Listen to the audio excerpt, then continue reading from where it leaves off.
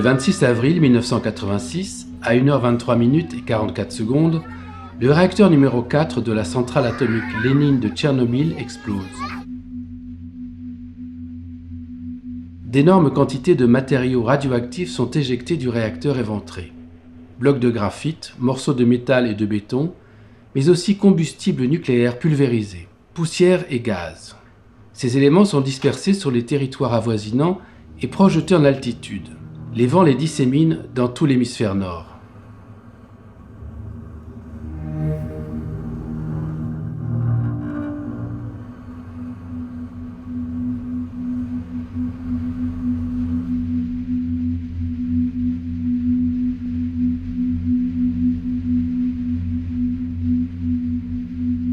L'explosion a aussi mis le feu aux centaines de tonnes de graphite qui constituaient la matrice du réacteur.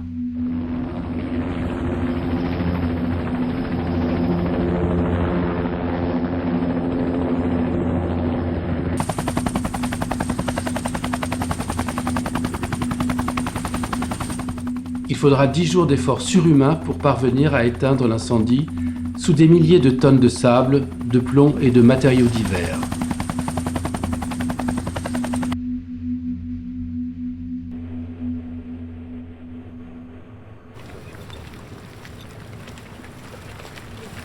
Des hommes sont montés à l'assaut, employés de la centrale, pompiers, dizaines de milliers de jeunes soldats venus de toutes les républiques de l'Union, mais aussi responsables et experts.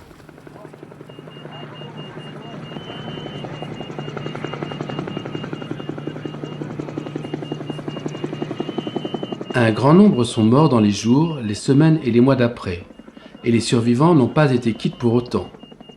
Ils ont souffert et continuent de souffrir de diverses maladies.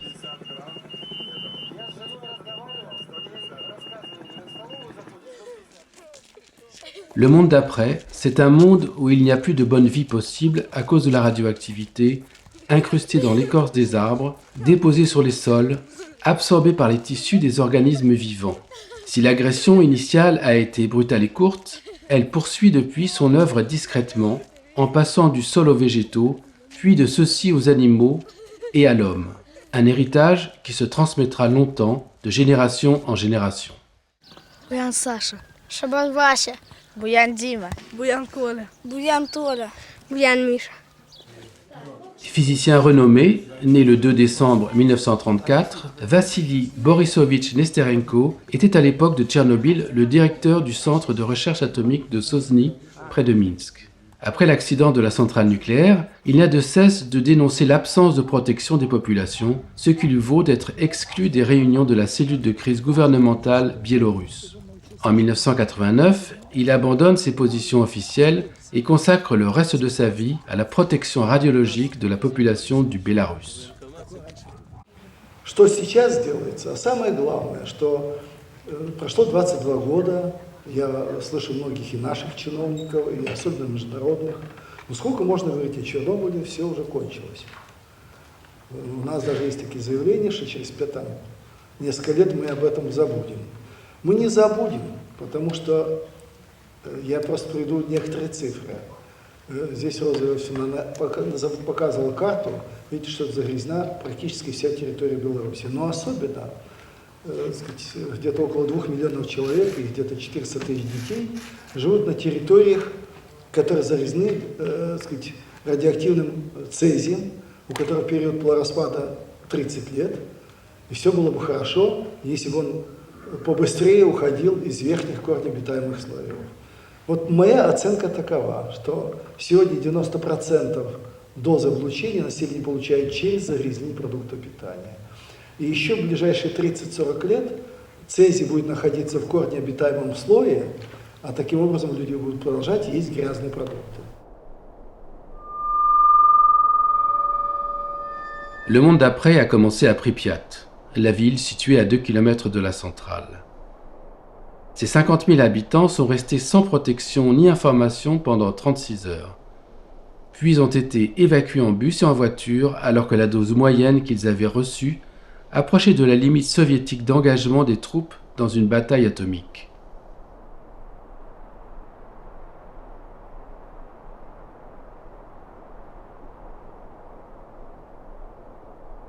La veille, le spectacle offert par le réacteur en feu et le ballet des hélicoptères avait attiré de nombreux curieux autour du site. La guerre atomique avec des civils aux premières loges. 8 notes de la cellule du KGB de Tchernobyl déclassifiées en 2001 révèlent que 135 habitants de Pripyat, dont 37 enfants, ont été hospitalisés pour syndrome aigu des radiations. Des témoignages ultérieurs nous apprennent que d'autres grands irradiés de Pripyat, adultes et enfants, ont échappé à cette comptabilité. Durant plusieurs jours, les autorités ne firent quasiment rien pour protéger la population.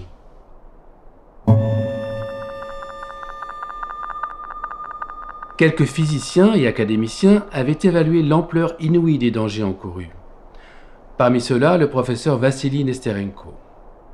Le soir du 30 avril 1986, il fut appelé à Tchernobyl pour mesurer la radioactivité des lieux où on allait envoyer des hommes combattre le désastre. Il s'agissait de déterminer la durée des interventions sans mourir à court terme, comme les pompiers, qui avaient éteint l'incendie de la couverture en bitume des bâtiments dans la nuit du 26 avril.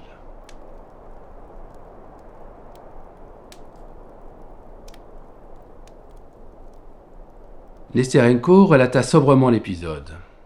Avec un instrument de mesure fixé sous un hélicoptère, nous avons pu mesurer l'énorme rayonnement sur le toit de l'installation et donner une valeur objective du danger. Ce vol a eu lieu dans la nuit du 1er mai 1986. Durant environ 30 minutes, nous nous sommes trouvés au-dessus du réacteur. Pour mon collègue, l'académicien Legasov et le pilote, c'était le deuxième vol cette nuit-là. Après cette intervention, nous avons été traités dans un hôpital de Moscou. Dans l'hélicoptère, le rayonnement avoisinait 5 sieverts par heure. Le pilote mourut au cours de la même année 86, des suites de l'exposition au rayonnement. Nous pouvions mesurer 120 à 140 sieverts par heure au niveau du toit du réacteur. Lorsqu'il est exposé à 6 sieverts, l'être humain meurt en l'espace d'une semaine.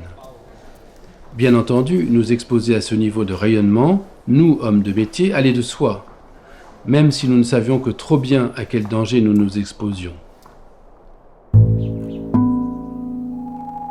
Passé quelques jours, les autorités évacuent les villages situés à moins de 30 km de la centrale.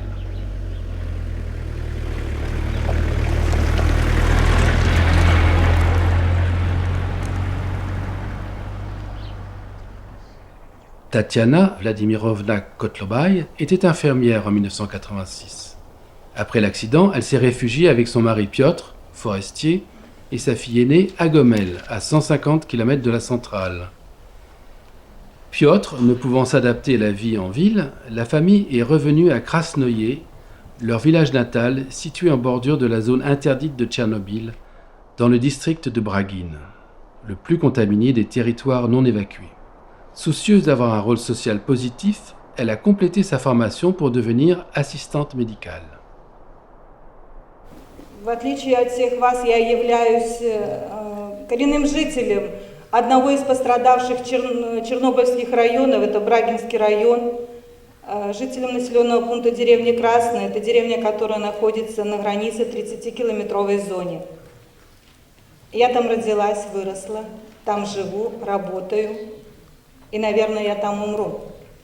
Что для меня Чернобыль, спросите вы? Это моя жизнь. Извините, я буду немножко волноваться и, может быть, даже плакать. Но это сентименты каждой женщины. Я помню тот день, когда летали вертолеты. Помню, это 26 число, это было накануне Пасхи, Светлой Пасхи. Это было очень тепло, и мы с дочерью гуляли на природе. Помню, как прибежала моя мать и сказала, что что-то случилось, очень едет много машин, очень много кругом военных, что-то произошло, но мы не знаем что. Нас только предупредили о том, что мы должны выселять деревни, выселять людей и скот, поэтому бери дочь и уезжай. Стоял вопрос, куда уехать, мы ничего не знаем и не знали на тот момент. И, конечно, я уехала к родственникам, которые жили ближе, ближе всех возможных к нашей местности. Мы все надеялись, что мы вернемся.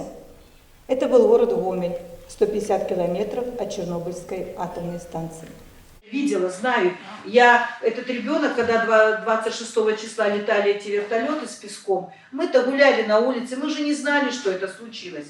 И когда этот ребенок облысел, и когда получает мама стресс и не знает, что с этим делать.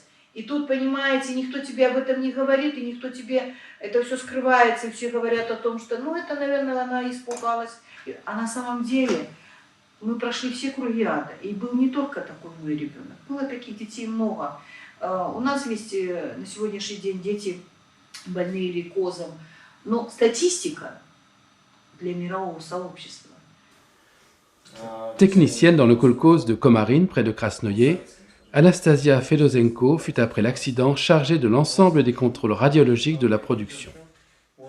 Elle continue de participer activement au contrôle des aliments dans le district de Брагин, aux confins de la zone interdite. И я же говорю, что приходилось измерять мне, потому что продукция моя такая, требовала измерения каждый день. Начали контролировать уже после выселения. После выселения? 3 мая, с 4. То есть вы практически сразу узнали о том, что что-то произошло? Не, это же была советская власть, это была секретность. Мы ничего не знали, мы друг друга так что-то слышали там, что-то там произошло в Чернобыле, а что никто не... Мы занимались повседневной работой, как и до этого, так и в период вот этот из 26 апреля и по 2 мая, 3 мая мы работали, жили обыкновенной, размеренной своей жизнью. Сеяли, пахали, доили коров, пасли телят. Я еще где-то 29 апреля взяла 10 мужчин и поехала туда поближе к реактору оградить изгородь для скота, чтобы загнать туда пастись. Это все у нас было в порядке вещей. Née en 1976, Lilia Konstantinovna Bovkunovich travaille comme laborantine en biologie et en physique dans l'école du village de Diatovichi, dont son mari Alexandre est le directeur. Elle est chargée du centre local de contrôle radiologique et assure la formation des enfants à la mesure de la radioactivité des aliments. Я была в Пинске, потому что я там жила. She lived in Pinsk at that time? Да, вот я просто вышла замуж. 86-й год. Это мне было сколько? 10 лет мне было. 10 years old. А как вы узнали вот о Чернобыле? Лично вы? Вообще?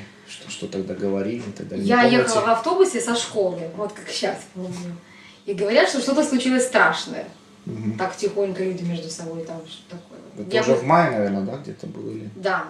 Где-то было... еще в школу я ходила. Знаешь, что я ехала со школы, и что-то там случилось, и что-то нам надо не дышать, людям говорят, чем-то надо закрывать рот. Я приехала домой, и спрашиваю маму, что-то случилось. Она говорит, ничего не случилось, что ты придумала. И вот так как-то не случилось, да не случилось. А потом уже начали говорить, что что-то там взорвалось, что-то там полетело, где-то там по земле покатилось, каким-то страшным там чем-то там таким облаком. Praskovia Petrovna Polokoshko était infirmière en poste dans le village d'Olmani, racine de sa famille et de celle de son mari Vladimir. Elle s'attacha dès mai 1986 à la protection radiologique de la population jusqu'à son départ à la retraite en 2014. Прежде всего начну с того, что как я узнала. Узнала я, моя мама работала на ферме дояркой, а мы помогали. И вот пока ждали коров с пастбища, сидели все доярки в кружку, и кто-то из них где-то слышал по BBC, что-то где-то взорвалось. И мы уже там слушаем. Когда это было, извините, примерно? Какие числа там? Числа не помню, но, наверное, через день уже где-то там. Через день, да. Вот. Ну и уже мы насторожились, уже начали прислушиваться. А потом уже, когда уже официально объявили, и нас предупредили, что готовить документы, готовить все, сумку самую необходимую, возможно, нас будут выселять. Вот тогда уже не на шутку заволновались. Я думаю, может, утка какая-то, знаешь. И вас эвакуировали? Нет. Я-то серьезно это восприняла и уже начала узелок связывать, документы, паспорт, там, детские. Вот. Но жизнь-то продолжается. На следующий день нас было запланировано картошку сажать, и мы поехали на картошку. Приехали, тут уже посадили, я уже обед готовлю. И обед готовлю, и сумочку готовлю, и документы складываю. С меня смеются эти все работники. Вот. А мне не до смеху, ребенок был 6 лет. Я же волновалась в первую очередь за его. Приехали мы, чумазы все, наши торфяники разные. Все это наглотали с пыли, уже помылись, и уже жду команды. Но команда так и не поступила, мы так и остались жить и продолжать. Вот. Но потом уже объявили, что всех детей со школы. Mais au-delà des zones évacuées, rien. La vie a continué, à commencer par la célébration du 1er mai. Cette politique reçoit l'onction des leaders des institutions de la protection radiologique mondiale, réunis d'extrême urgence le 6 mai 1986, 10 jours après l'explosion, au siège européen de l'OMS à Copenhague. Le groupe est présidé par le docteur en médecine Daniel Jacobo Benninson, un Argentin président de la CIPR, Commission internationale de protection radiologique, affiliée à l'OMS depuis 1956, et par le physicien Bo Lindell, un Suédois président du comité scientifique des Nations Unies sur les effets de la radiation atomique. À l'issue de cette réunion, un communiqué est rédigé et diffusé le jour même par l'OMS, dont les conclusions vont peser lourd sur le sort des habitants du monde d'après, et l'appréciation officielle quant aux séquelles sanitaires qu'eux et leurs descendants endurent depuis.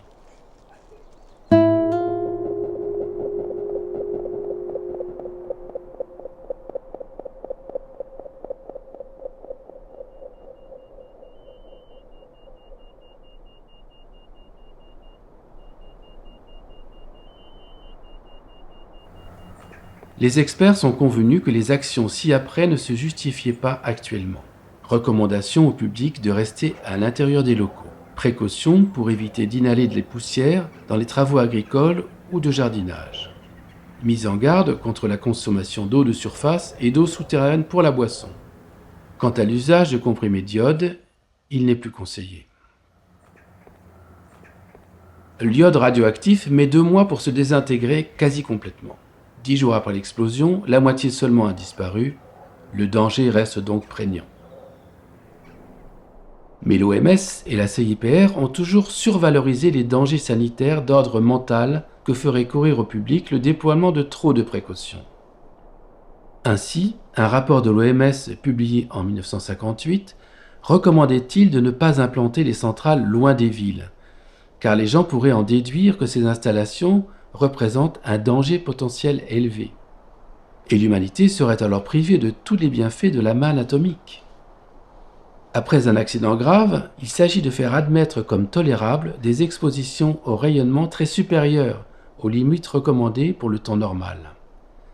Car respecter ces limites impliquerait de prendre des mesures massives dont l'annonce déclencherait des réactions de panique et bien des désordres psychiques. De plus, on peut craindre qu'elle serait si coûteuse que plus personne ne continuerait de croire en la viabilité de l'exploitation de l'énergie atomique. Les graines du déni des séquelles de Tchernobyl, officiellement 50 morts et 4000 cancers pour plus tard, soit moins que le bilan morts et blessés d'une journée de circulation automobile dans l'ex-URSS, sont semées ce jour-là. Pas de précautions, donc pas de conséquences. Tous sont complices, depuis le Kremlin jusqu'aux plus petites officines de propagande de l'âge atomique, avec l'autorité de l'ensemble des institutions de l'ONU. Le récit officiel est verrouillé.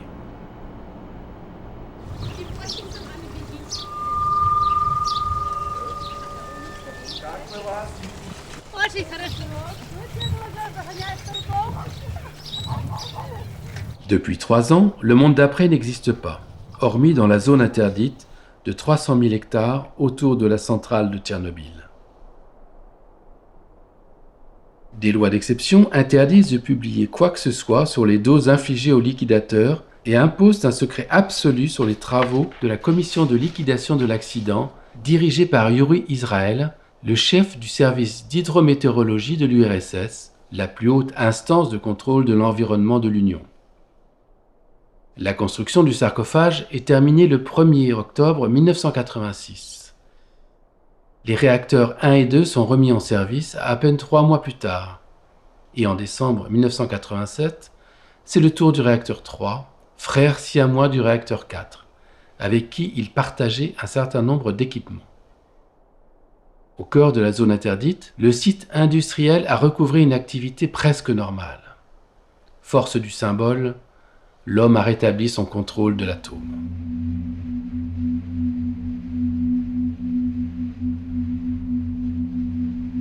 Mais de toutes parts affluent des témoignages sur l'hécatombe parmi les liquidateurs.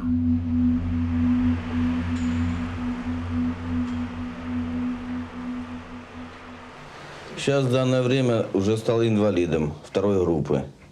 Заболеваний столько, что их нельзя даже пересказать, как у 70-летнего деда.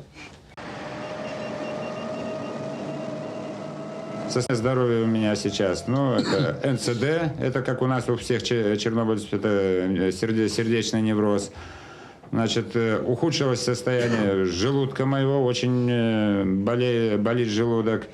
Появилась почечная болезнь, никогда у меня почечной болезни не было. Ну и изменения небольшие такие в психике, я стал раздражительным, но не считаю, что слабость это, усталость это само собой.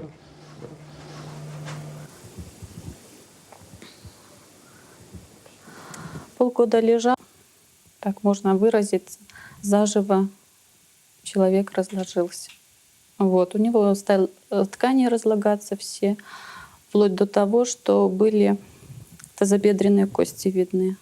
Вот. Обрабатывала я сама, ну, то есть по рекомендации врача. Ходила к врачу, и она объясняла, как, что делать. Вот. Ну, вот так, пока не остановилось сердце. У него все шло, спина полностью вся, кость была видна, и тазобедренные суставы, вот кость. Можно было спокойно руку, вот я вставляла свою руку в перчатки, обрабатывала, и вот так вот обрабатывала тазобедренную кость. То есть, когда доставала оттуда уже шли такие остатки кости, то есть разложившиеся кости, загнившиеся. Вот, ему стало плохо. Причем резко плохо стало почему-то. Я, там спрашивали врача и профессору ходили. Ну, в общем, где можно было, к кому можно было обращаться, ко всем обращались. Вот, сказали, что мы такую болезнь не знаем. Ну, как бы можем, чем поможем помогать, это то обезболить, там что-то вот такое вот. Ну, что вот это шло разложение тканей костного мозга, что, просто разводили руками. Ничего помогли, не могли помочь. Я помню тот день, когда умер мой отец. Ему было 50, он был ликвидатором. И помню тот день, когда заболел мой муж. 35 лет он стал инвалидом Чернобыля, потому что он был техником на тех территориях, где сегодня закопали все деревни и где сегодня только растет лес. On découvre des désordres biologiques inouïs dans la reproduction du bétail et une épidémie de troubles de santé graves et invalidants, surtout chez les enfants, tant parmi les personnes évacuées que parmi la population du reste du pays. En dépit des consignes de faire avorter les femmes enceintes, le taux de malformation congénitale et la mortalité infantile augmentent. Raïssa Missoura a terminé sa formation de médecin pédiatre 2 ans avant l'accident de Tchernobyl. En août 1986, elle a pris son service à l'hôpital de Stolin, chef-lieu d'un district très contaminé. Chef du service de pédiatrie de l'hôpital, elle a été et reste idéalement placée pour observer les troubles spécifiques dont souffrent les enfants à cause des radiations. Elle a des contacts réguliers avec l'Institut Belrad de Minsk.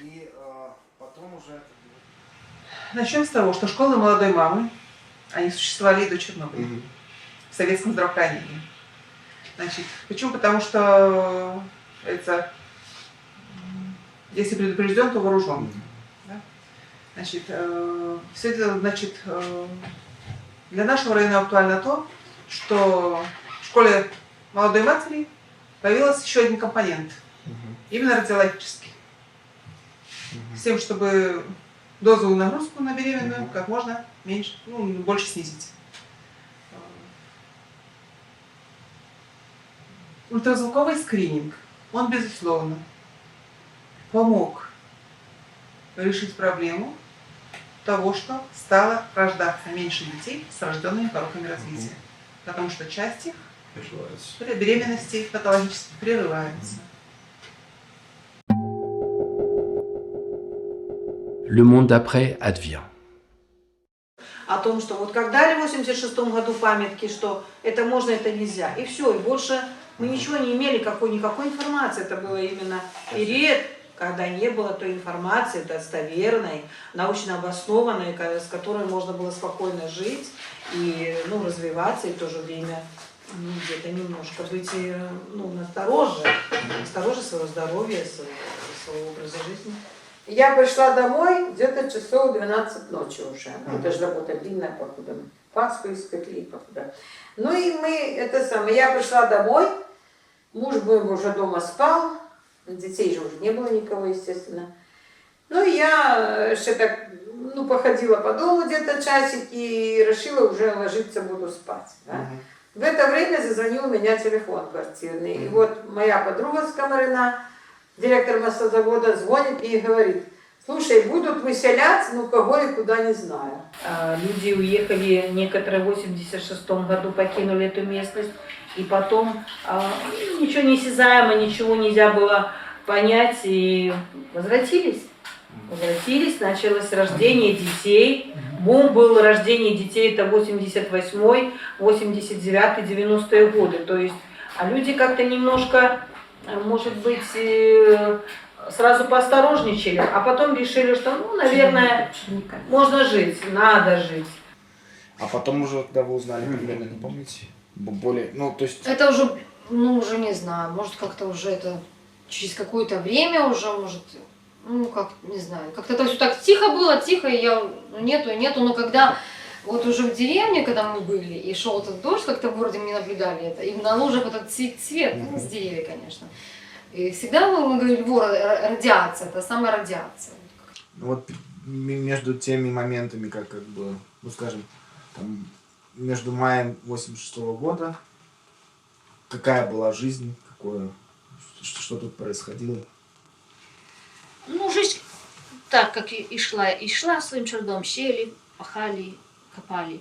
Но всю школу вывезли на учение на 2 месяца в Молдавию. Тогда школу новую заканчивали, но еще не была готовая. La politique de secret ne résiste pas à la publication des faits. La pression sociale est telle que le Kremlin ordonne à Yuri Israel de publier dans la Pravda du 1er mars 1989 les cartes de la contamination de l'Union et de décrire les mesures envisagées pour limiter son impact. La géographie du monde d'après est dévoilée. Le scandale en a la dimension. En Biélorussie, l'actuelle Bélarus, plus du quart du territoire est contaminé, à divers degrés au-delà de la concentration décrétée sans danger. Plus de 20% de la population y habite. C'est la république la plus affectée par les retombées.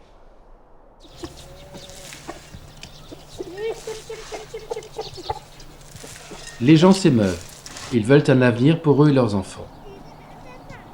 Lorsque le gouvernement annonce que ne seront éventuellement évacués les seuls territoires où la dose annuelle reçue est supérieure à 5 fois la limite pour le public recommandé par la CIPR, la colère gagne tout le pays.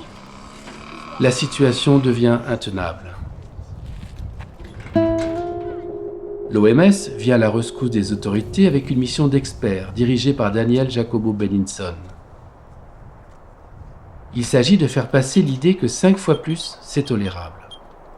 L'aura de l'autorité internationale défait la légitimité de l'opposition. À court d'arguments, lors d'un débat public en juillet 1989, Benninson rétorque à un contradicteur, un physicien engagé pour les évacuations. Vous n'avez pas d'argent, donc pas de possibilité d'évacuation, donc pas de problème. Tout ce que l'URSS compte de sommités en radiologie et radiobiologie, 92 grands professeurs, montent au créneau pour demander publiquement au Kremlin de s'en tenir à 5 fois la dose limite de la CIPR. Le pouvoir médical fait valoir sa raison. Finalement, 250 000 personnes supplémentaires sont évacuées, qui s'ajoutent aux 160 000 du printemps 1986. Au total, 700 villages ont été évacués, dont 70 enterrés au bulldozer pour dissuader leurs habitants de revenir s'y réinstaller. Reste à faire croire que les problèmes sont réglés, mais la pensée magique ne règle rien.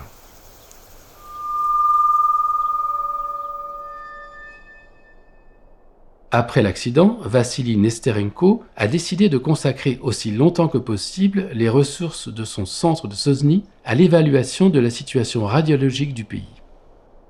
Il s'appuie sur les chiffres alarmants qu'il accumule pour exiger des autorités biélorusses et moscovites qu'elles se décident à protéger la population. À cette fin, il ne leur adresse pas moins de 250 rapports entre 1986 et 1989 en vain. В 1985 году в Беларуси, медика есть такое понятие практически здоров, часто болеющий, патология. Так вот, первой категории здоровья детей было больше 80%. Сейчас официально в 2000 году было на парламентских слушаниях названо, что осталось в Беларуси только 20%, а прошлый год на обсуждении чернобыльских проблем на Гомельщине губернатор назвал, что в Гомельской области осталось здоровых только 13% здоровых детей. Таким образом, сегодня разговор идет не о том, как загрязненные земли вернуть к жизни и выращивать на них загрязненные продукты, а как сохранить здоровье людей, которые там живут, потому что если мы их не сохраним, то это вырастут больные люди, это нагрузка на социальный фактор, все это будут инвалиды, и государство надо будет думать, как их дальше содержать в жизни. Конечно, не решены многие вопросы и компенсации за нанесенный ущерб. La publication de la Pravda a changé la donne. Nesterenko apparaît comme la seule personne crédible et légitime pour lancer les opérations de sauvegarde qui auraient dû s'imposer dès le début. Нам пришлось создать порядка 7 мобильных лабораторий со спектрометром излучения человека, и мы смогли за это время померить где-то 325 тысяч детей. И вот наше заключение такое, что только 10% из этих детей имеет накопление меньше 20 беккерелей на килограмм веса. Но есть сегодня дети и 1000, и 2000 беккерелей. Vassili Nesterenko est décédé 3 mois après cette intervention, épuisé par les séquelles de son irradiation massive lors du survol du réacteur et par son combat pour la protection des enfants biélorusses.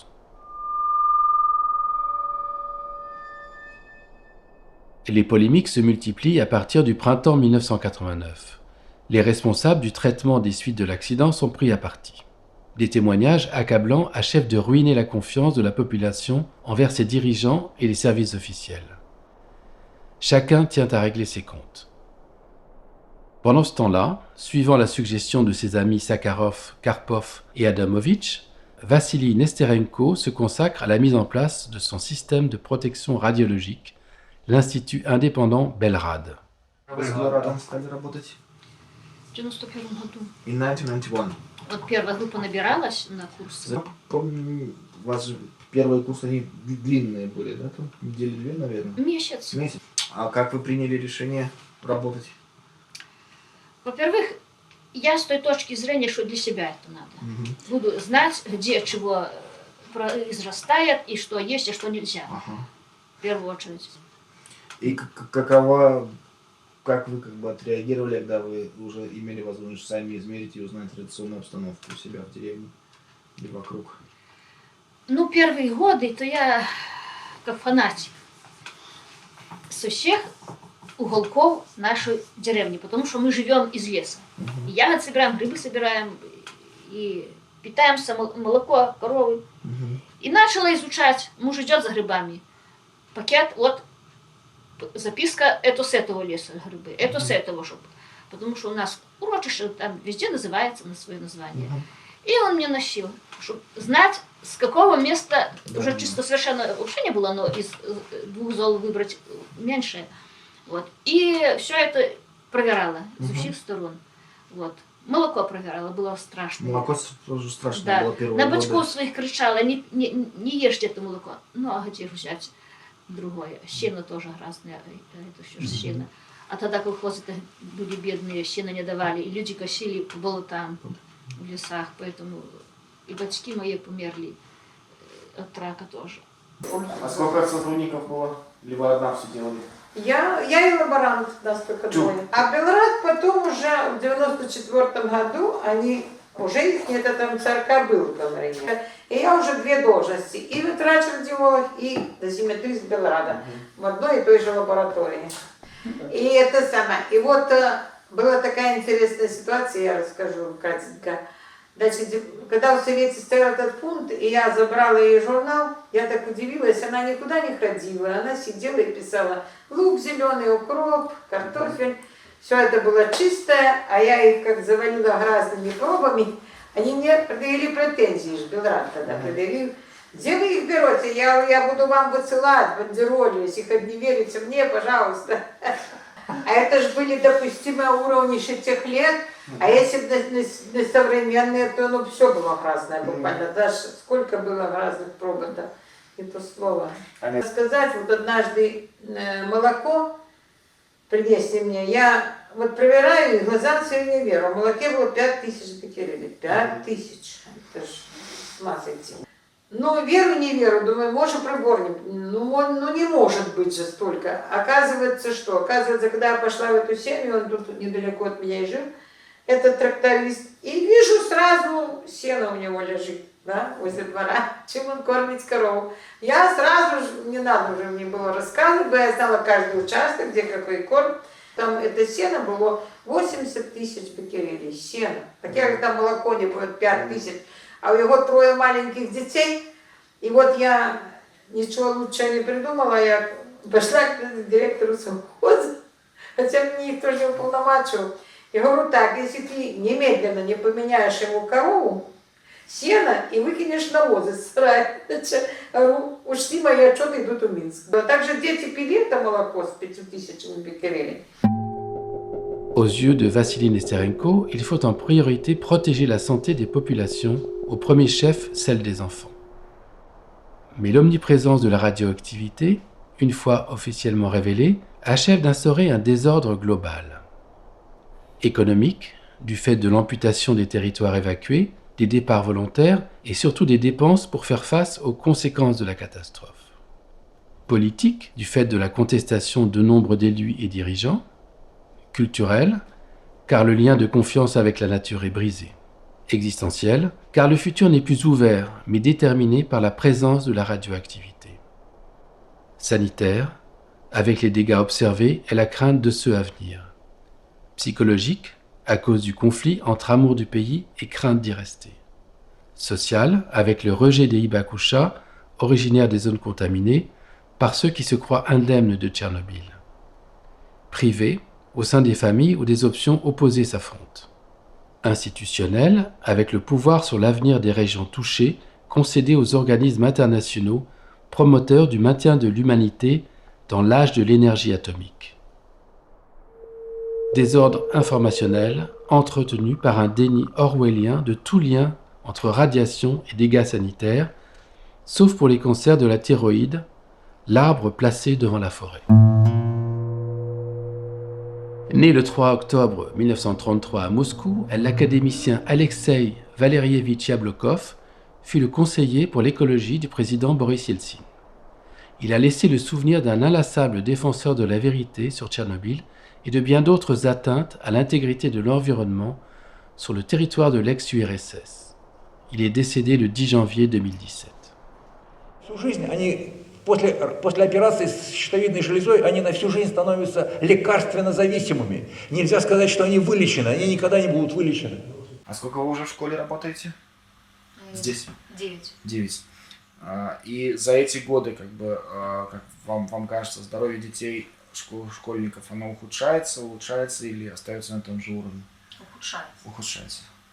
Ну и дети болеют, а сейчас вот как посмотришь, эти чего, рак того, рак этого. Прямо как это... Сейчас у нас в деревне лежит в Бресте, именно с раковым заболеванием, 5 человек. И возраст такой вот 48-53 где-то вот так. Например, мне вот такая болезнь, удаляли уже кисту. Теперь опять мне нужно ее удалять. И как бы я спрашиваю врача, ну почему, как это? Она говорит, ну вот, радиация. У вас есть дети? Да, 2. Со здоровьем, слава богу, как? Ну, слава богу, да. Но вы нервничаете, конечно. Ну, конечно, конечно. Конечно, потому что как-то не знаешь чего. Не ходить, не есть, не собирать. То есть все рекомендации в основном носили запретительный характер. И люди этих рекомендаций, особенно проживая в деревне, имея личное подсобное хозяйство, они не придерживались. Люди хотят собирать грибы, люди хотят собирать ягоды. Тем более для некоторых малообеспеченных семей это были основные продукты питания. Да, вы не удивляйтесь, это так. Я озвучиваю то, что есть. И, понимаете, радиация не пахнет, она неощутима. И поэтому это чувство тревоги, оно просто ушло, оно как бы притупилось. И все вроде бы хорошо, если не говорят, если не напоминают, и если на сегодняшний день все самоуспокоились. А Чернобыля-то нет, а в самом деле он есть.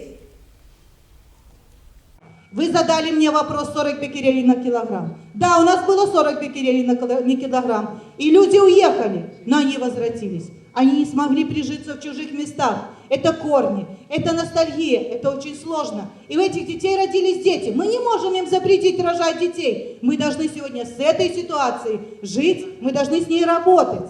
Понимаете, это неправильно, и мы этого не поддерживаем. Но это есть ситуация. Она имеет место. Я знаю социальное, экономическое состояние наших семей. Понимаете, если сегодня я вам говорю о том, что люди собирают грибы, которые в 19 раз превышают норму, прошу и умоляю, говорю, Боже, взрослые, вы ешьте, не трогайте детей, пускай они этого не едят. Как вы сейчас вот оценили бы радиационную обстановку в районе, какой вообще в регионе? Ну, лабораторию закрыли нас уже давно. И мерить никто не меряет. Ситуацию мы не можем.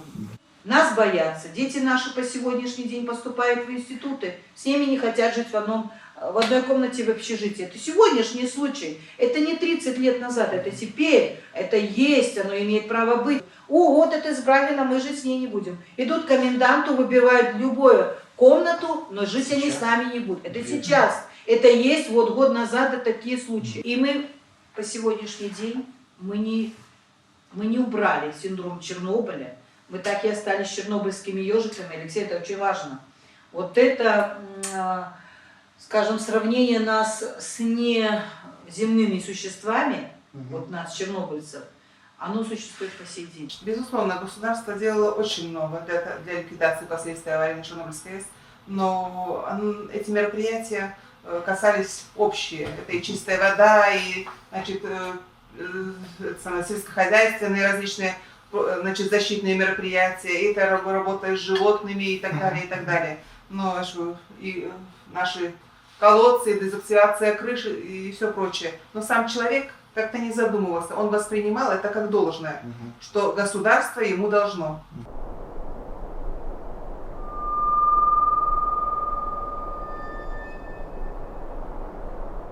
Le Bélarus est un pays pauvre. En 20 ans, entre 1986 et 2006, on y a dépensé 235 milliards de dollars pour faire face aux conséquences de la catastrophe. Cela représente plus de 10 fois le PIB du pays à la fin des années 1980, un peu avant qu'il ne devienne indépendant. Après l'éclatement de l'URSS, en 1991, ça a été le chacun pour soi. Et 10 ans plus tard, le PIB du Bélarus s'est trouvé divisé par près de 2.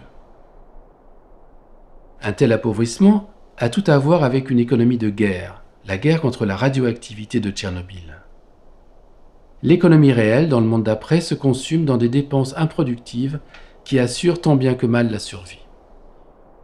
Сегодня Белоруссия получает примерно экономический ущерб от Чернобыля около 8 миллиардов долларов. Что государство в прошлый год и в этом году выкладывает? Примерно 300 миллионов. То есть самое главное, мы не можем дать населению, особенно детям, чистые продукты питания. Экономические условия жизни и страны, и самих жителей таковы, что они не могут купить чистые продукты, они вынуждены есть то, что сами производят. Dans le cas de la France, plus peuplée et avec un PIB par habitant 7 fois celui du Bélarus, un tel accident aurait coûté quelques 5 000 milliards de dollars, plus de 2 fois le PIB du pays. Le gouvernement du Bélarus décide de tourner la page, de relancer l'activité en attirant des investisseurs. En clair, il faut mettre un terme officiel au monde d'après. C'est-à-dire, très concrètement, réduire au maximum la prise en charge publique des frais. Tchernobyl, ça suffit. Tchernobyl, c'est fini. Cet objectif rejoint le souhait de relancer l'industrie nucléaire au niveau mondial, avec l'appui de l'ONU et de toutes les agences nationales de l'énergie atomique et de la protection radiologique. Mais le monde d'après ne disparaît pas par décret. Il est bien là, quand bien même on nie la relation entre radioactivité et dégradation de la santé. А сейчас вот как вы оцениваете здоровье детей современных? Но почти у каждого ребенка есть какой-то диагноз. Ну, первая группа здоровья самая маленькая, потом идет вторая группа, уже такая бы основная, и немножко третья группа. Уже там и гастриты, там уже пилонефриты, такие болезни более серьезные. А первая группа много? Ну, здоровых? Здоровых такая самая маленькая. Самая маленькая. Потом вторая группа большая, третья меньше. У нас на данный момент, по-моему, сколько еще, чтобы я не... Наверное, 5 надомных деток обучаются на дому. У них ДЦП, у них слабая кость, кости, они не могут двигаться. Я считаю, что это тоже, наверное... Ну, а четвертая группа инвалиды, там было вот первые годы, когда эти щитовидка, потом они уже выросли, перешли во взрослые, а потом вот уже последние годы у меня были ДЦП, 4 человека. Nos deux amis ne savent pas qu'en 1957 et 1958, deux rapports, l'un de l'OMS, l'autre du Comité scientifique des Nations Unies sur les effets de la radiation atomique, ont signalé la relation de cause à effet entre une irradiation du fœtus durant la formation du système nerveux et la diplégie, une malformation congénitale rare et très invalidante. On n'en trouve plus trace ensuite dans les publications de ces deux organismes de référence et, très logiquement, aucun de leurs rapports sur les conséquences de Tchernobyl ne s'émeut de l'accroissement très net de l'incidence de cette malformation. Un tout petit pan, à titre d'exemple, de la partie émergée de l'iceberg du déni des conséquences de l'accident. En 1996, un projet baptisé Ethos, confié à une officine hébergée par le CEA français et largement financé par l'Union européenne, débarque à Olmani, au cœur des régions les plus contaminées du Bélarus. Il s'agit, sous couvert d'apporter de l'aide, de capter des informations qui pourraient se révéler utiles en cas d'accident atomique grave en France. Вам известно, что Жак Лашар, он работал, все вот эти вот проекты, они были по заказу атомной индустрии Франции. Ну, я не знаю таких подробностей, просто он так объяснял, что они изучают это все для того, чтобы и себе знать, потому что у них очень много станций в самой Франции, и на случай, не дай бог, их случится, чтобы они тоже знали, как поступать. Vassili Nesterenko, confiant et espérant trouver par là un soutien et une source de financement complémentaire, transmet le savoir-faire de Belrad à Ethos. Michel Fernex est professeur émérite de l'université de Bâle. Il a été expert pour l'OMS. Alors vous parlez du projet Ethos que j'ai suivi un peu et donc j'ai vu l'aboutissement. C'est clair que ce projet a été fait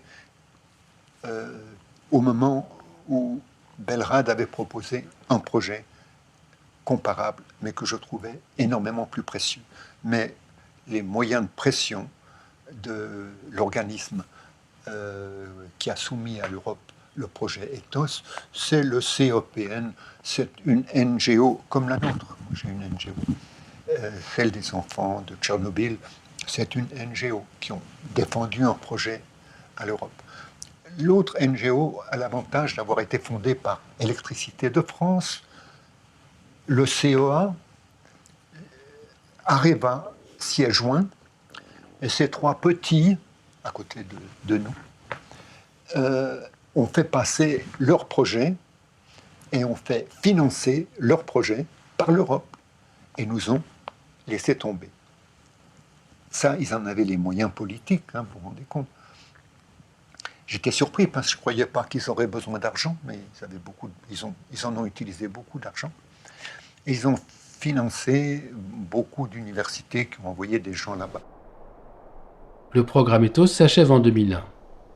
Entre-temps, marginalisé, contraint de fermer la plupart des 370 centres de contrôle des aliments de son réseau, Belrad ne peut que constater la poursuite de la dégradation de la santé d'enfants qui ne bénéficient plus de toute la protection que leur apportait l'Institut. Cette réalité gênante est censurée lors du bilan d'Ethos. L'exposé de la pédiatre n'est pas traduit. Elle ne dispose pas du rétroprojecteur et son étude n'est pas incluse dans le rapport final. Gommer son échec sanitaire, Ethos a tout d'un succès complet. Dernier orateur, c'est une oratrice. C'est la pédiatre de la région qui est responsable des enfants. Alors elle n'était pas dans l'ordinateur, elle n'avait pas de projection. Et elle avait fait des dessins par elle-même, elle avait fait des courbes. Et elle avait expliqué beaucoup de choses. J'ai écouté son exposé et j'ai vu que ce qu'elle disait, c'était que, par exemple, dans les 6 années où nous étions présents, la situation sanitaire qui commençait à être mauvaise est devenue progressivement très mauvaise. On était dans la phase ascendante. Après Tchernobyl, il y a eu quelques années un peu stables, où rien n'avait changé en 87, 88. Et puis ensuite, ça commençait à se détériorer, ça montait. Et quand le groupe d'Ethos est arrivé, on espérait d'avoir au moins un palier. Il n'y a pas eu de palier. La courbe a continué à grimper pour toutes les maladies possibles, sur toutes les pathologies de l'enfant à la naissance. Donc, où était le bien? Et elle a fini avec un dernier panneau qui était le nombre des hospitalisations, qui était dans les années 86-87 à un certain niveau, qui a monté. Et quand Ethos est entré, ça a continué à grimper. Et non, on est arrivé à 10 fois le nombre d'hospitalisations pour maladies graves par rapport à ce qu'il y avait après Tchernobyl. Et à aucun moment, on avait une diminution. Et quand j'ai regardé le rapport final, tout ce qu'ils sont capables de dire dans le rapport final, c'est que pour les problèmes de santé, il faudra qu'on l'étudie encore. Or, il y a des gens qui ont essayé d'étudier, après 6 années, qu'est-ce qui se passe quand on s'en va. Et quand on a demandé de l'aide, on a dit qu'il n'y a plus d'argent pour faire un suivi. Профессор Мишель Ферме на этой встрече, он с вами беседовал. Вот. Он как бы запомнил, вы ему показывали эти графики. Вот. И они ему очень впечатлили, потому что он ваш коллега, медик сам. И он потом после этого подошел к Глашару и спросил, типа, почему вы не включили эту информацию в итоговый документ. Ну и рассказал, что там все сложно, все неоднозначно, и как бы выкрутился. Ну, все дело в том, что действительно, я помню тот момент, когда мне сказали, что вот вами проведено большое эпидемиологическое исследование. Значит, но все дело в том, что так складывается жизнь, что я же специально наукой не занимаюсь. Значит, мне было интересно, я подняла данные годовых отчетов и выбрала всю эту статистическую информацию. То есть специально я же наукой в этом плане, так же как вот и в плане работы, у меня же нет узконаправленной специальности, да, что вот я занимаюсь только радиационными вопросами. Поэтому, наверное, там я и тоже внимание не акцентирую, потому что...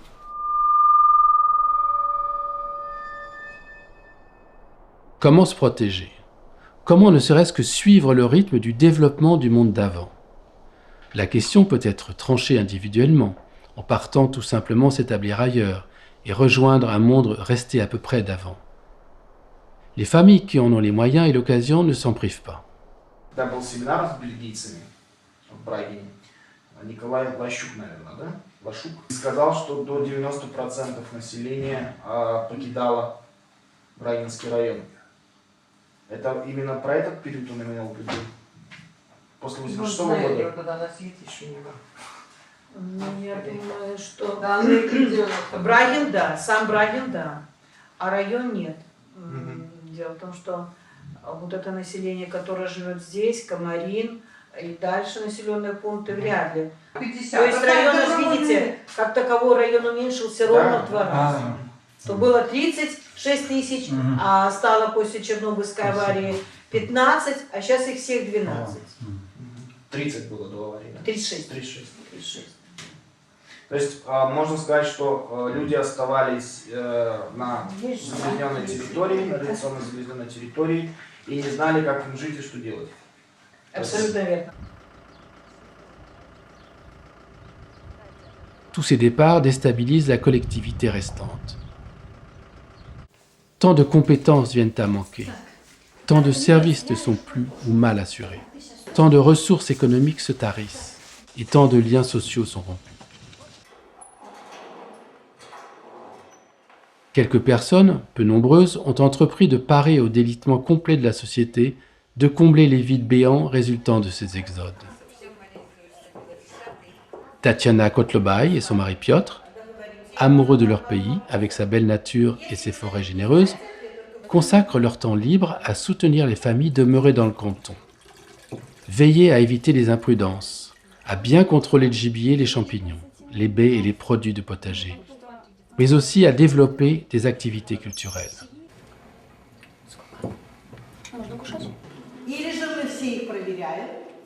Я запомню, то есть закончу мысль, потому что мой девиз – это не счастье жить в Чернобыле, это, наверное, победа над собой жизни в Чернобыльском регионе, потому что мы не могли принять изначально эту версию, но уехать это было непросто, и создать вот всю эту, скажем, иерархию, создать вот эту всю работу тоже было сложно. Но для того, чтобы жизнь людей облегчить и как-то сделать более ее не такой напряженной, я считаю, что вот этот весь смысл моей работы и смысл вот этой жизни в пост-чернобыльском периоде. Le monde d'après survit sous perfusion et d'expédients. Au point qu'aujourd'hui encore, sa production laitière, souvent sale, c'est-à-dire trop chargée en radioactivité, n'est pas détruite, mais coupée avant commercialisation avec du lait propre d'autres régions. L'origine douteuse du mélange n'est évidemment pas mentionnée sur les bouteilles. На базе нашей школы работает Центр практической родительской культуры. Наши дети, ученики приносят свои пробы, что им хочется, желать. И также жители деревни. Сейчас на данный момент они к нам приносят черничку. Также детки проверяют радиацию, приезжают, вот Белорад, спасибо им, что позволяет нам анализировать. Вот на прошлый раз проверили деток радиацию и смотрим, 4 детей, ну, вот превышает радиация как-то так мерненько. Мы смотрим, ну, как бы, а они, получается, двоюродные, вот одной семье 2 деток и двоюродные тоже детки. А ну и чего у вас радиация, как бы, молоко берут у бабушки. Да, и получается, вот проверим молоко был стоилый период, молоко была повышенная радиация и привезенное сено. Вот как бы мы уже, что чем кормят, уже сено, и тут сено превышает радиацию, и вот получается такая ситуация, как бы вот, что хорошо, что, ну, как бы знаем, где, чего и откуда, какая вот семья. Ну или вот тоже одна семья, у них тоже деток очень, за 200, наверное, там радиация была, и что, коровы не держат, молоко не пьют. А оказывается, папа у них охотник, едят дичь. Ну, с детками выезжаем в леса, берем пробы и мха того самого, и измеряем местную радиацию с дозиметром. Да. Вот эту информацию мы через работу этих центров давали. Надо сказать, что когда они начали выдавать, что уровень загрязнения продуктов питания в частном секторе раз в 10 выше, чем то, что дает Министерство здравоохранения, ну дальше сработала нормальная система. Нам сказали, что у государства нет возможности поддерживать эти общественные центры, их сейчас не очень большое количество работает, но вот работа мобильных лабораторий продолжается. Я здесь хочу сказать большие слова благодарности вот Ассоциации профессоров РН Чернобыля и другим ассоциациям, которые с нами работают. Опыт у нас есть таких проектов. Они показывают, что если по критической группе какие-то улучшения максимальных накоплений падает, то в среднем, так сказать, это значит, считайте 90% детей, никаких изменений не происходит. То есть только уговорами, только разъяснениями улучшить обстановку невозможно. Надо находить пути, как чистить организм от радионуклидов. Если мы не можем дать чистые продукты, тогда надо искать пути. Мы имели возможность в прошлом году провести сравнение. А сказать, вообще какова эффективность оздоровления детей в Беларуси, за рубежом, и если еще добавлять препараты, которые чистят организм от радионуклидов. Если не отдыхают в санатории вот этот месяц на чистых продуктах, то они чистятся от радионуклида на 15-20%. Остальные 85% везут домой. Но, естественно, приехав домой, начинает есть продукты, очень быстро, так сказать, восстанавливают потерянный потенциал. То есть Белрад Нестеренко, он давал сведения для всех, но не все ими воспользовались. Мне приходилось, как руководителю организации и как сокоординатору этого проекта, стучаться в двери, приходить, объяснять, доказывать, что на сегодняшний день мы имеем ситуацию, что, может быть, эти дети должны первоочередной поехать оздоравливаться, что, может быть, мы все-таки должны сделать все, чтобы нам не было стыдно, что мы ничего не сделали, мы ждем, чего мы ждем. Да, Василий Борисович, сегодня нужны пектины, сегодня нужно эту ситуацию менять, потому что мы-то работаем всего лишь, наша организация может работать только лишь на предупреждение, на информацию, на разъяснение. Понимаете, это тоже нелегкий труд, который требует очень много наших личностных сил. И да, сложность в том, что сегодня МЦРК осталось только одно из 6 существующих. Может быть, мы как-то попробуем, постараемся переименовать, сделать их не местными центрами радиационного контроля, а информационными центрами. En 2003, plutôt que de soutenir les initiatives locales qui ont fait leurs preuves, comme Belrad, actif sur le terrain depuis près d'un quart de siècle, le lobby atomique et l'Union européenne ont confié à ceux qui avaient dirigé le projet Ethos la mission de réinvestir le terrain à une plus grande échelle en coordonnant le programme quinquennal CORE, Coopération pour la réhabilitation des conditions de vie dans les territoires contaminés de Biélorussie. Il s'agit de s'aligner les bonnes grâces de tous ceux et celles qui crient misère et de rassurer le reste du monde. On peut, à moindre frais, normaliser la situation après une catastrophe atomique. À moindre frais. Sans réinstaller les 370 centres de contrôle des aliments créés par Belrad après sa fondation. Sans fournir les moyens de mesurer régulièrement la radioactivité corporelle de chaque enfant. Sans prescrire des cures de Vitapect ou d'un équivalent comme complément alimentaire accélérant l'élimination de la radioactivité incorporée. Moins c'est coûteux, plus convaincante l'idée que Tchernobyl est une affaire réglée. Dès le début des années 1990, de nombreuses associations se sont créées pour soustraire quelques semaines par an les enfants à la radioactivité du monde d'après, en les accueillant dans des familles de notre monde d'avant, en Italie, en Belgique, en France, en Allemagne. Cette solution pour réduire la contamination des enfants avait été mise en œuvre dès 1986 en URSS, sous forme de séjours d'enfants dans des sanatoriums de régions relativement épargnées. Les résultats sont excellents sur les plans psychologiques et culturels. Le bénéfice pour la santé est cependant limité. И такая, получается, еще произошла то ли юмористическая, то ли критическая ситуация. Вот обычно у кого большие сечи, тех брали за границу. А другие, его грязная радиацию за границу идет, и я буду все есть, чтобы попасть за границу. Такие были случаи. В школе. Здравствуйте. Измерили ваше молоко. Combien de temps ces habitants toléreront-ils l'ambiguïté du monde d'après ? Quand la volonté de le rendre survivable et normalisable qui motive ou a motivé les héros de ce film aura-t-elle été épuisée par l'usure du temps, par une routine détachée du risque latent et par la dilution de la radioactivité dans les sols et les végétaux ? 30 ans après la catastrophe, et qui, parmi elles et eux, continueront d'assumer le destin qu'ils ou elles ont accepté il y a plusieurs décennies ? Rester les derniers liquidateurs de la catastrophe. Leur action témoigne de l'échec de la liquidation des conséquences de l'accident, malgré les centaines de milliers de vies sacrifiées et les centaines de milliards de dollars engloutis. Но, тем не менее, народ обращается. И это нам очень нравится, что люди нам верят, что люди считают, что мы даем те сведения, которые не даст Анкомарин, не даст Брайан. Вот вам ответ на вопрос, насколько мы свою работу считаем важной, насколько мы сумели ее продвинуть, и насколько мы делаем это все просто как волонтеры, но это работа, которую нельзя ни в коем случае никогда закончить, никогда нельзя закончить. То есть, да, мы с Анастасией скоро постареем. Кто будет это делать? Мы даже пока на горизонте, Алексей, мы не видим наших сподвижников. Вы понимаете? Молодежь, она немножко как бы инертна, она не хочет этой работы. Все хотят, чтобы им платили. А, к сожалению, пока это невозможно. Ну и да, вот с 2008 года мы чисто молодежское движение, все не было.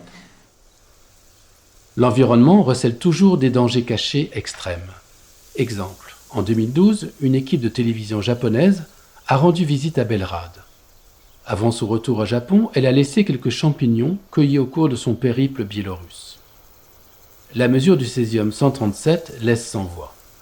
Plus de 250 000 becquerels par kilogramme de poids sec, soit 100 fois au-delà de la limite de commercialisation. Les abondantes récoltes de champignons automnales servent à faire la soupe quotidienne des dîners familiaux en hiver, un vrai régal. Ceux trouvés par les Japonais appartiennent plutôt à une catégorie de déchets radioactifs.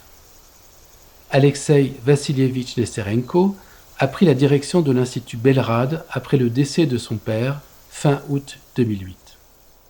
Dr. Nesterenko, what influenced you to start working for Belrad? I was always trying to escape to work with my father, in order not to be like in his shadow, because he was a very great person. Mhm. So I chose geography and environmental science instead of nuclear physics, and worked for the Green Movement in Belarus. But in 2001, our organization had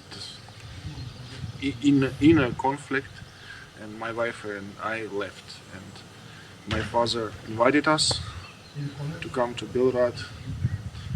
Since that time, I'm here. Could you give us a few examples of what motivates your employees? It's a lot of people, not a lot, but I think that all of them, everyone has their own motivation. Some people are since the beginning and working with Belgrade for more than 20 years. Some new are coming. There is one interesting example with one young man who was previously working in McDonald's in Minsk, and his motivation is that I was poisoning children to make something good. In your opinion, what are the main threats to the future of Belrad? A few things that can make stop our activity and our existence. The first, it's an economical reason that we'll have no more financial support, or second one, it's pressure from the system, which can put us into conditions where it will be impossible to work, or they can start a criminal case against us, whatever. How would you explain how Jack Lochard and ICRP continue to pressure people who were involved in Ethos and CORE? We speak about Ethos or CORE project in Belarus, and to see the undercover goals of this project, I want to illustrate with a short story. It was the final seminar in Bragin when the CORE project was over, and we decided to give pectin for the children, which was not allowed by the CORE project in general. And when I, announced that, two leaders of the CORE project, they stand in front of me. They were very angry and aggressive and said, "You don't have a right to give pectin for the people, for the children." I said, "Why? The project is over." And they said, "Because you are spoiling our experiment. Our country became a guinea pigs for certain people." Ainsi va le monde d'après, lourd de surprises inquiétantes. L'argent pour assurer un minimum de sécurité fait défaut. La vigilance collective dépend du dévouement de quelques personnes. L'avenir est incertain. Мы уже изначально подавлены, мы уже не можем быть такой раскрепощенной нацией, свободными людьми. То есть я все равно чувствую вот этот гнет Чернобыля, он существует. Это 30 лет прошло, допустим, 30 лет прошло, так? Ну пускай пройдет 40 лет. Европа вообще об этом не будет говорить. А мы-то еще будем с этим жить. И будут 35% населения с этим жить. О этих людях мы должны уже сегодня думать. И мы должны, все должны им помочь. Un jour lointain, d'ici 2, 3 ou 4 générations, la radioactivité ne sera plus perceptible, ainsi qu'il en a été à Hiroshima et Nagasaki. Le legs du monde d'après continuera pourtant de se transmettre dans l'organisme de ses habitants et de leurs descendants, comme il en a été parmi les quelques dizaines de milliers de survivants d'Hiroshima et Nagasaki.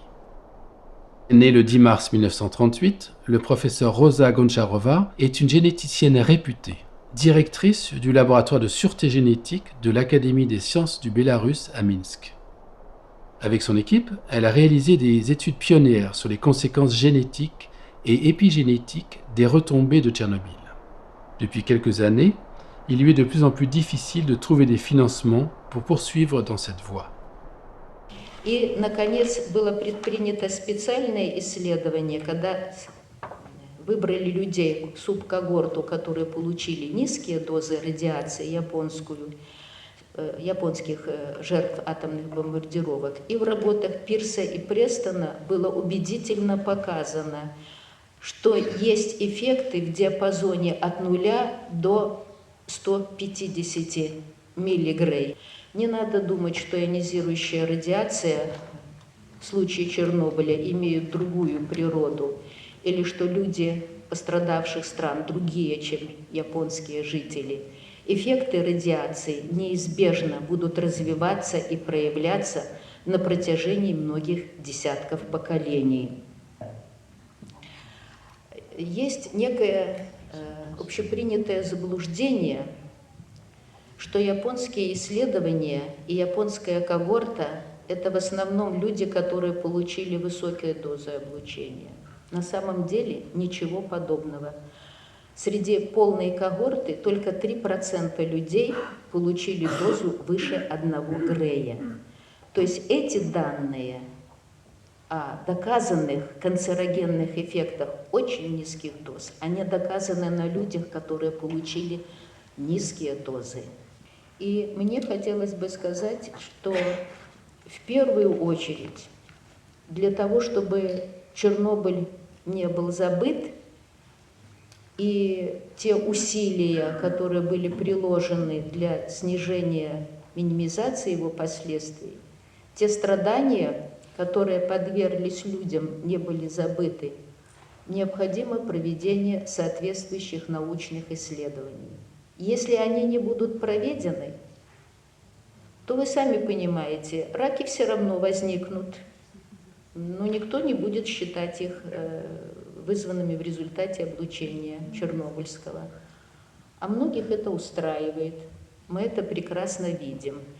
И в частности, я хотела бы еще подчеркнуть одно обстоятельство. В наших исследованиях было показано возникновение индуцированной геномной нестабильности в ряду поколений. Геномная нестабильность, она вызывает то, что геном человека становится чувствителен к воздействию любых других факторов.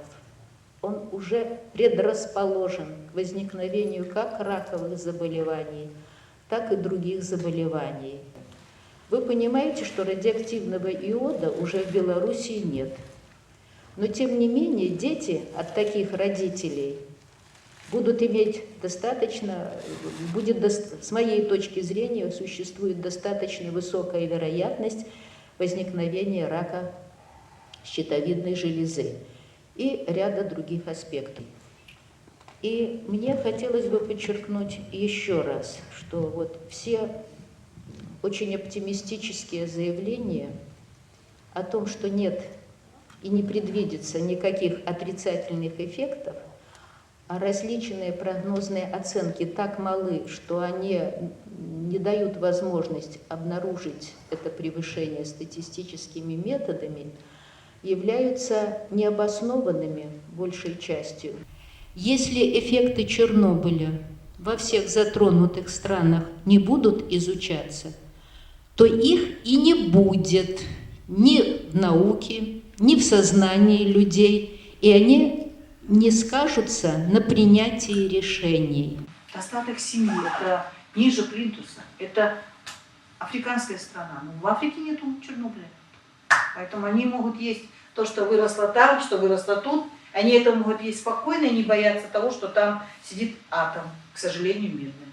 Ну, как-то так. То есть, да, мы не Африка, но те люди хотя бы живут, ну, как вам сказать, к ним никогда не приходила цивилизация. А к нам-то она пришла, а в итоге мы попали в вот большую серьезную депрессию.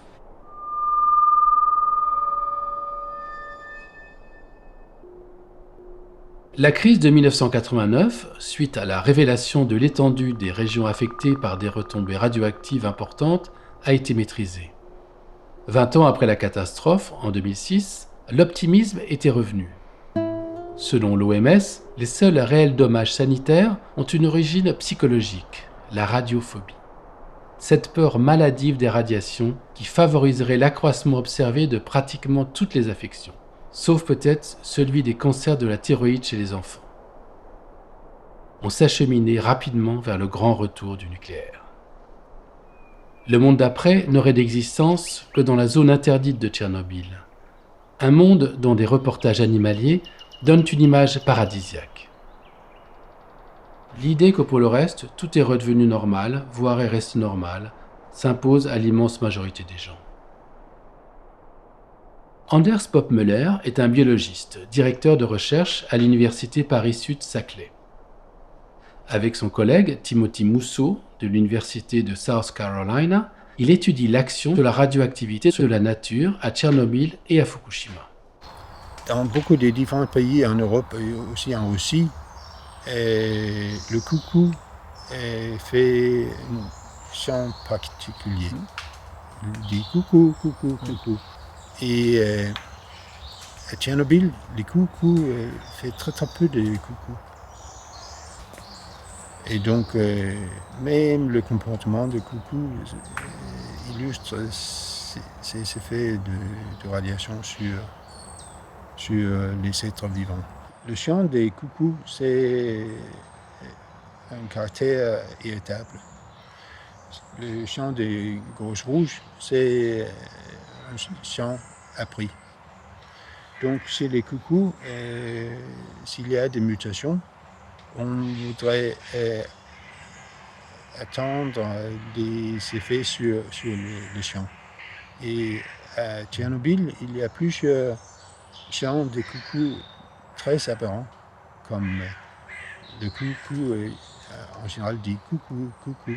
Mais à Tchernobyl, il y a certains qui disent coucou, coucou, coucou, coucou, ou coucou, coucou, coucou, etc.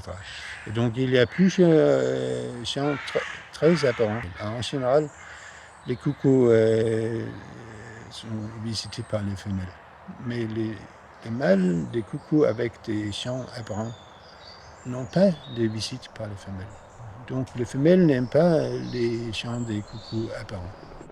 Par ailleurs, alors que toute perturbation grave des conditions politiques, économiques, sociales, écologiques ou climatiques génère sa catégorie de migrants, les évacués de Tchernobyl n'ont jamais été considérés comme des migrants. Qu'ils aient été évacués par décision d'État ou qu'ils soient partis de leur propre initiative pour se soustraire à la radioactivité. Il n'y a pas de réfugiés radioactifs, fussent-ils plus de 300 000 déplacés en quelques heures, jours, semaines, ou trop tard à cause du secret. La radioactivité ne fait pas image, elle. Le monde d'après n'a par conséquent aucune visibilité. Quelle grande ONG internationale a-t-elle jamais organisé quelques campagnes pour les évacués et fuyards de Tchernobyl ou pour ceux de Fukushima? Des télétons, pour 1000 cas de maladies rares, rapportent des dizaines de millions d'euros, c'est bien. Un téléthon pour venir en aide aux centaines de milliers d'habitants du monde d'après, vous n'y pensez pas sérieusement. Un des principes que nous avons utilisés pendant nos études, c'est d'étudier beaucoup de phénomènes qui sont aussi étudiés chez l'homme. Comme j'ai déjà dit, il y a beaucoup de gens qui pensent que oui, c'est impossible de trouver des effets des faibles doses, et en particulier chez l'homme, c'est pas quelque chose qu'on va attendre. Il y a aussi des gens qui disent que la raison pourquoi il y a des effets négatifs sur l'homme, c'est que tout le monde qui habite dans le coin s'inquiète des effets de radiation sur leur santé. Donc ce n'est pas les effets de radiation qui est la cause, c'est l'inquiétude. Et on peut dire aussi chez les oiseaux, il n'y a probablement pas des individus qui s'inquiètent. Donc si on peut démontrer des effets similaires chez les oiseaux comme chez l'homme, c'est probablement une cause commune. Par exemple, nous avons démontré une forte fréquence des cataractes dans les yeux chez les oiseaux, aussi chez les rongeurs à Tchernobyl, et c'est aussi bien décrit chez l'homme. Il y a une forte fréquence des cerveaux avec une taille très faible chez les oiseaux, chez les rongeurs et chez l'homme. Et il y a plein d'autres effets similaires qu'on peut observer chez les différentes espèces. Donc si c'est possible d'observer quelque chose chez les oiseaux et chez les rongeurs, c'est très probable qu'on va voir la même chose, le même phénomène chez l'homme aussi. Les maladies favorisées par l'irradiation à bas bruit des organes ne sont ni spécifiques ni spectaculaires. Elles ne sauraient nourrir une grande cause propre à drainer des fonds puisqu'il n'y a rien d'émouvant à montrer. La radioactivité a l'invisible pouvoir de rendre aveugle à ses méfaits. Les uns, l'immense majorité des chroniqueurs, maîtres à penser et autres faiseurs d'opinion, détournent le regard. D'autres clament haut et fort sa totale innocuité. Le monde d'après existe-t-il vraiment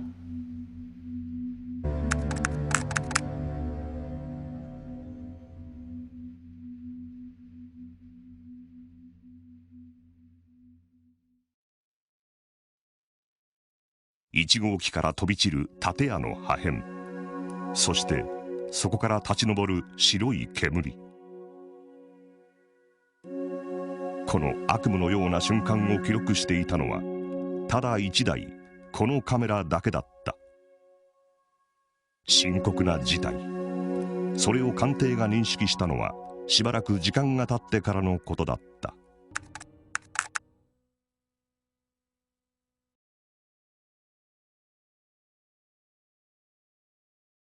次に爆発したのは3号機だった。